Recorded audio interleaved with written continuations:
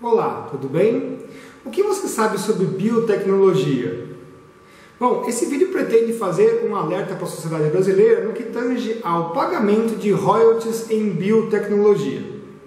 Você deve se lembrar que nos anos de 1980 a Sociedade Científica Mundial se debruçou sobre um projeto chamado Genoma, prometendo salvar a humanidade de todos os males e doenças possíveis.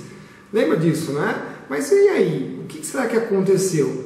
Nada, né? Você vê todas as matérias de revistas importantes da época, inclusive já no começo do século XXI, e todas se questionaram. Foram milhões de dólares gastos e a gente não viu um resultado expressivo, porque todas as mazelas da humanidade seriam resolvidas. Ao invés disso, o que aconteceu? Nós aprendemos, como nunca, a manipular a genética e tirar proveito da natureza, criando inclusive produtos. Até aí, aparentemente, nós não veríamos problemas, mas contudo, no momento que se registraram as patentes sobre esses produtos, teoricamente criados, surgem as discussões sobre esse tema. E é claro que essas discussões, como entram a nível global, dentro desse processo gigantesco de globalização, a ONU vai colocar o seu dedinho lá, vai colocar o seu pitaco, Então, olha só que interessante, como a gente já tinha alguns painéis em operação, como o painel do ozônio e o painel do clima, o IPCC, em 2010 a ONU resolve criar o IPBES, um outro painel político-científico, só que esse, no caso, vai trabalhar sobre a biodiversidade e serviços ambientais. Pasmem, agora a natureza presta serviços ao homem. Então você fica imaginando como pode a sociedade se desprender da natureza. Mas dentro de tudo isso, a pergunta que surge é: até onde as coisas criadas são naturais ou trabalhadas? Note sempre que no nosso país de abana a rabo, o executivo vai lá fora, assina acordos internacionais, que são sempre entreguistas, e volta para cá querendo mudar as coisas. Então é sempre assim, vai lá fora, assina acordos internacionais, volta para cá e quer mudar nossas leis. Eu conversei essa semana com o senhor Luiz Fernando Fux, engenheiro agrônomo e presidente da AproSoja do Rio Grande do Sul, e ele me esclareceu alguns pontos muito importantes sobre os royalties em soja e leis de plantas no Brasil. Ele deixou bem claro que no Brasil não é permitido patentear seres vivos, plantas e suas frações, inclusive então os genes. Então notem que quando o executivo vai lá fora e assina esses acordos a lá Washington, eles têm que fazer alguma coisa dentro do nosso país para que as leis sejam alteradas para atender esses acordos internacionais. Então o que vai acontecer? Vem o legislativo e tenta mudar isso, como é o caso do PL 2325 de 2016. O senhor Luiz permitiu que eu usasse o vídeo dele, onde ele fez explicações minuciosas sobre esse caso. Ele aborda detalhadamente os meandros dessa problemática, que é de interesse de todos nós, porque você já ouviu falar que o Brasil tem que preservar a sua biodiversidade, não é mesmo? Só que eles não falam por que nós temos que preservar essa biodiversidade, para que ela serve. Então a biodiversidade, no final das contas, vai acabar servindo para tratar de outros assuntos, de outros produtos que podem ser gerados. E a gente pergunta, mas e aí, como é que fica a genética, como é que fica as patentes, os royalties sobre o material genético brasileiro? Ao meu ver, eu ressalto 3 pontos de suma importância. Primeiro, comprometimento da soberania genética do país, se a gente aceitar essas coisas como elas estão sendo impostas através desses painéis científicos, como vai ser o caso da ONU. Elevação de custos de produção, e fortalecimento ainda maior desses oligopólios internacionais. O presidente Fux vai explicar para a gente isso no vídeo dele. Importante ressaltar que você pode achar que você não é um produtor rural, então isso daí não vai lhe interessar, mas o que está em jogo aqui é abrir um enorme precedente permitindo que se cobre sobre a nossa biodiversidade, tá? Fazendo com que essa seja simplesmente uma banana do futuro. Tá? Você já ouviu falar o tema aí, República das Bananas? É exatamente isso. A biodiversidade acabará sendo simplesmente a nova banana, mais uma commodity, ou seja, nós continuaremos vendendo coisas que têm produto, não tem valor agregado, você vai vender sempre matéria-prima, tá? Então isso aí é muito importante. Nós vamos colocar agora o vídeo na íntegra. Eu gostaria que vocês assistissem para entender essa problemática no que tange aí a patentes, pagamento de royalties sobre a nossa biotecnologia e a nossa biodiversidade. Fiquem com Deus e até a próxima.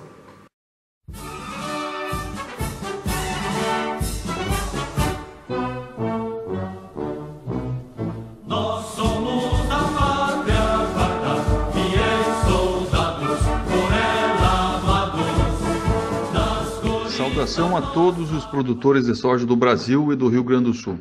Quem vos fala é o presidente da ProSoja Rio Grande do Sul, engenheiro agrônomo e produtor Luiz Fernando Fux. Peço licença a vocês para falar de royalties em soja e leis que envolvem a proteção de plantas no Brasil. Quero explicar o que está acontecendo nesse grande cenário da agricultura. No ano de 1996 foi regulamentada a Lei de Proteção Industrial e em 1997 a Lei de Proteção de Cultivares, ambas atendendo a tratados internacionais e devidamente internalizados pelo país.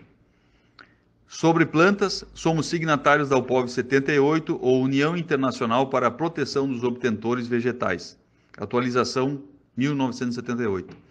Tanto a Lei de Proteção Industrial como a Lei de Proteção de Cultivares estão em perfeita sintonia entre si e com esse tratado, que, entre outras coisas, determina que só pode haver cobrança de royalties sobre cultivares e na compra da semente, não sendo permitida a cobrança sobre o resultado da colheita. Também permite a multiplicação de sementes para uso próprio sem o pagamento de royalties. A Lei de Proteção Industrial é muito clara e no Brasil não é permitido o patenteamento de seres vivos, plantas ou suas frações. Portanto, genes não são objeto de patentes. No ano de 2005, ocorreram duas tentativas de alteração na Lei de Proteção de Cultivares, sendo uma a proposição do deputado federal Valdir Miqueleto e outro da então deputada federal Rose de Freitas. Ambos projetos foram rapidamente rechaçados pelo caráter radical no impedimento ao direito de multiplicação da semente para uso próprio. No ano de 2015, mais recentemente, com o PL 827/2015 do deputado federal Valdir Miqueleto, as intenções de alteração da Lei de Proteção de Cultivares ganharam contornos mais suaves, porém não menos graves, pois apesar de manterem o direito à semente própria, pretendem implantar o pagamento de royalties de cultivares na moeca. Na visão da ProSoja Rio Grande do Sul, essa pretensão fere diretamente ao UPOV 78, criando insegurança jurídica e estabelecendo o precedente para a chamada proteção estendida sobre o resultado das colheitas, ou seja, o obtentor poderá buscar os seus royalties no armazém recebedor, na fábrica de óleo vegetal ou no porto, onde quer que esteja a soja. Concomitantemente, as grandes empresas de biotecnologia estão cobrando direitos de patentes sobre plantas no Brasil, inclusive sobre o resultado da colheita, o que não está previsto na legislação. Está bem claro que mesmo a diminuta e microscópica fração do DNA, chamado gene, não é objeto de patente neste país. Esse é o primeiro fato a ser considerado no que diz respeito ao impedimento da cobrança sobre biotecnologias. A legislação brasileira não permite qualquer patente sobre genes. O segundo fato é que, mesmo sendo autorreplicante, ou seja, uma biotecnologia que se reproduz inevitavelmente como parte da biologia da planta e pela semente, qualquer cobrança de royalties somente seria possível se a legislação brasileira permitisse o patenteamento de genes, mas ela não permite. Disso advém o terceiro fato, de que apenas o método de inserção do gene transgênico na planta é um objeto de patente industrial e de seu uso exclusivo por quem o desenvolveu. Porém, este método não é autorreplicável e, portanto, não é de uso indevido pelos produtores que multiplicam suas sementes em casa. Tampouco pode ser motivo para a cobrança de royalties no resultado da produção da lavoura. O resultado da colheita são as estruturas germinativas da semente, como cotilédones e radícula, formados por óleos, amido, vitaminas e proteínas, os quais constituem o grão de soja, não sendo alvo de patente em qualquer lugar do mundo. Concluindo, à luz do que diz o regimento legal brasileiro, em se tratando de biotecnologias, somente seriam devidos royalties a quem fosse utilizar o método exclusivo de inserção de genes. Portanto, o produtor não teria nenhuma obrigação com empresas de biotecnologia. Quem poderia ter tal relação comercial é a empresa de melhoramento vegetal, que solicitou uma prestação de serviço de introdução de um gene em sua cultivar. No passado recente, o setor da produção de grãos incorreu em erro, quando aceitou o pagamento de royalties na moeda. Produtores, lideranças e assessorias jurídicas tinham poucos conhecimentos do estado da técnica e da legislação pertinente sobre o assunto biotecnologia. Além disso, era um momento conturbado de muita pressão ideológica contra a legalização das biotecnologias.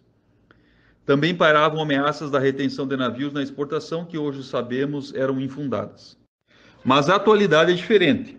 A cobrança de royalties é objeto de vários questionamentos no judiciário em todo o país, justamente pelo entendimento do assunto que envolve legislação nacional, acordos internacionais e conhecimento técnico sobre transgenia.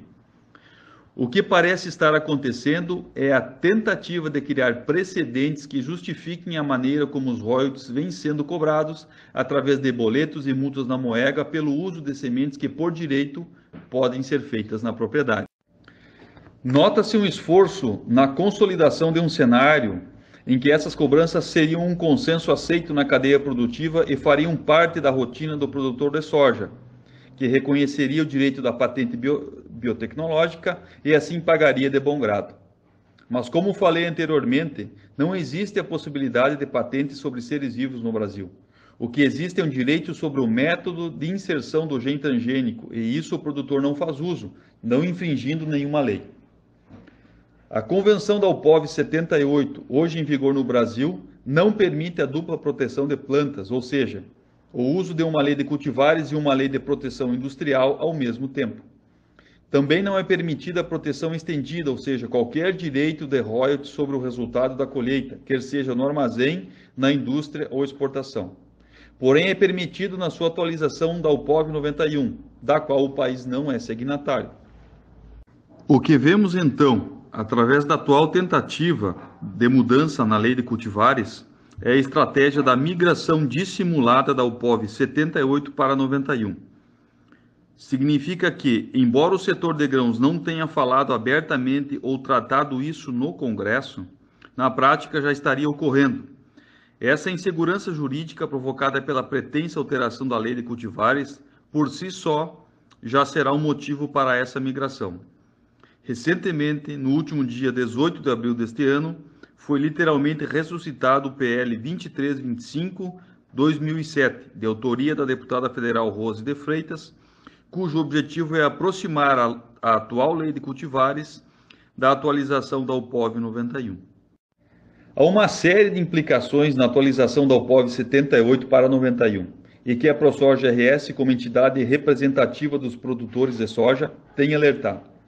A nossa tônica não é somente o valor de royalties, mas outros desdobramentos que são do legítimo interesse nacional. Estão em jogo a soberania do país sobre o banco genético de plantas cultivadas, o equilíbrio econômico na relação entre produtores, multiplicadores de semente, melhoristas e empresas de biotecnologia, e a elevação descontrolada de custos de produção. Tememos pela formação de oligopólio, onde poucos fornecedores dominam o mercado, se é que isso já não existe. Também a verticalização da produção de sementes com exclusão dos multiplicadores ou sementeiros, ficando toda a cadeia sob o controle das grandes corporações, desde o campo de sementes até a revenda. Com tudo isso que lhes falei, a ProSoja Rio Grande do Sul tem atuado fortemente junto ao Congresso Nacional pela manutenção da atual lei de cultivares, mantendo-a como está hoje e sem alterações quaisquer. estamos monitorando todos os projetos de lei que intentam a alteração desta lei e da Lei de Propriedade Industrial. A entidade tem contribuído com ações judiciais questionando os direitos de cobrança de royalties. Ao contrário do que disse a Monsanto em recente comunicado em 10 de abril de 2018, ainda não foi decidido o mérito sobre o direito da cobrança de royalties, estando a ação impetrada pelos sindicatos rurais do Rio Grande do Sul em uma instância superior, ainda sob júdice. Em parceria com a ProSoja Mato Grosso, ingressamos administrativamente no Instituto Nacional de Propriedade Industrial, questionando a concessão da patente do Intacta RR2, ao que foi acatada integralmente pelo órgão. A ProSoja Mato Grosso, a partir de então, entrou com uma ação na Justiça Federal de Cuiabá questionando a validade da patente do Intacta. O Sindicato Rural de Giruá possui uma ação em primeira instância contra os recebedores de grãos com a assessoria jurídica da ProSoja Rio Grande do Sul, onde questiona, além da patente de cobertura do Intacta, a validade dos testes, a forma de cobrança na Moega e outros aspectos. É importante ressaltar que a ação de Giruá é dirigida contra os recebedores de grãos, porque estes prestam um serviço a Monsanto e estão na linha de frente deste processo, que, se comprovado ilegal, pode resultar em grandes valores a serem devolvidos.